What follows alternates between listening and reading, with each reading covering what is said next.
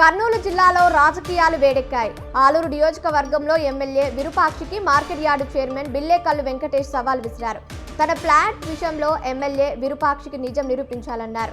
నిజం నిరూపిస్తే తాను రాజీనామాకు సిద్ధమని బిల్లేకల్లు అన్నారు. విరూపాక్షి ఎమ్మెల్యే పదవికి రాజీనామా చేస్తారా అంటూ సవాల్ విసిరారు.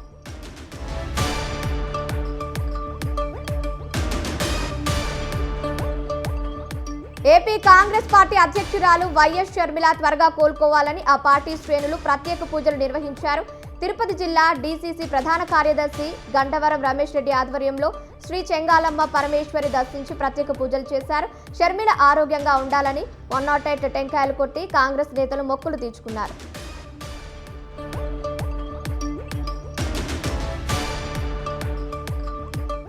నర్సాపూర్ నియోజకవర్గానికి సంబంధించిన విద్యుత్ శాఖ పనులపై ఎమ్మెల్యే సమీక్షించారు. నియోజకవర్గంలో విద్యుత్ సరఫరా, పెండింగ్ పనులు, కొత్త కలెక్షన్లు, ట్రాన్స్ఫార్మర్ల ఏర్పాటు, గ్రామీణ ప్రాంతాల్లో ఉన్న సమస్యలపై చర్చించారు.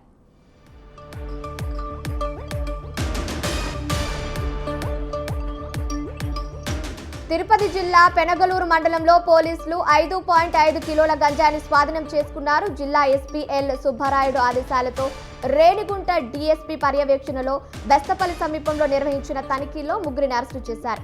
వారి వద్ద నుంచి 6.5 కిలోల గంజాయి, టాటా సుమో వాహనం, 3 మొబైల్ ఫోన్లు స్వాధీనం చేసుకున్నారు.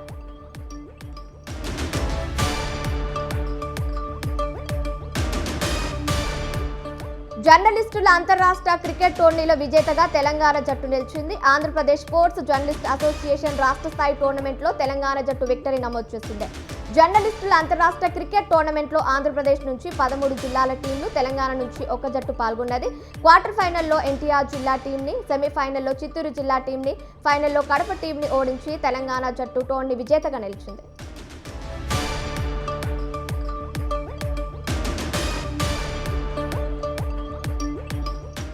ప్రసిద్ధ కాణిపాకం శ్రీ వరసిద్ధి వినాయక స్వామి ఆలయంలో భక్తులకు కొత్త సేవలు, ప్రసాదాలు అందుబాటులోకి రానున్నాయి.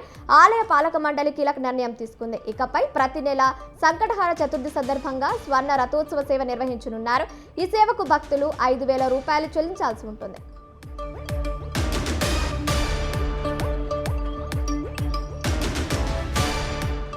అరుదైన వ్యాధితో బాధపడుతున్న 3 నెలల శ్యామ్ నందన్ రెడ్డికి ప్రజ్ఞా విద్యా సంస్థల విద్యార్థులు ఆర్థిక సాయం చేశారు. ఆలగడ్డలోని ప్రజ్ఞా విద్యా సంస్థల డైరెక్టర్ హేమలత రెడ్డి ఆధ్వర్యంలో 62,000 రూపాయలను సేకరించి చిన్నారి బాబాయ్ ప్రతాప్ రెడ్డికి అందించారు. శ్యామ్ నందన్ రెడ్డి ఆరోగ్యం కోసం తమ సేవాభావాన్ని చాటుకున్న ప్రజ్ఞా సంస్థ విద్యార్థులకు కృతజ్ఞతలు తెలియజేశారు.